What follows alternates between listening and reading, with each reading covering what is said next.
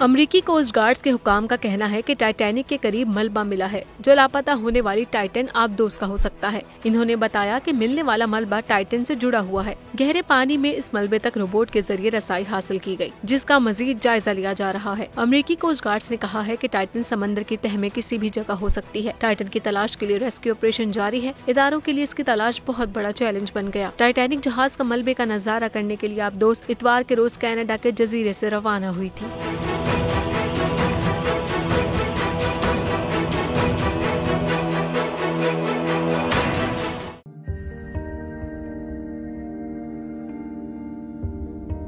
कैसे कैसे सितारे डूब गए, खूबसूरत नजारे डूब गए, ख्वाबों के सभी किनारे छूट गए, गमजदा दुख के मारे डूब गए।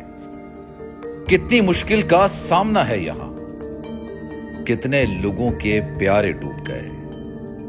आओ मिलकर करें मदद सबकी, जिनके सारे सहारे डूब गए।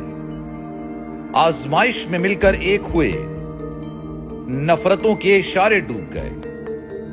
कितने प्यारे हमारे डूब गए। कौमी सानहे की सूरत हाल से लम्हा बलम्हा बोल रखेगा बाखबर। गम की इस घड़ी में बोल तारकीने वतन के अहले खाना के साथ खड़ा है।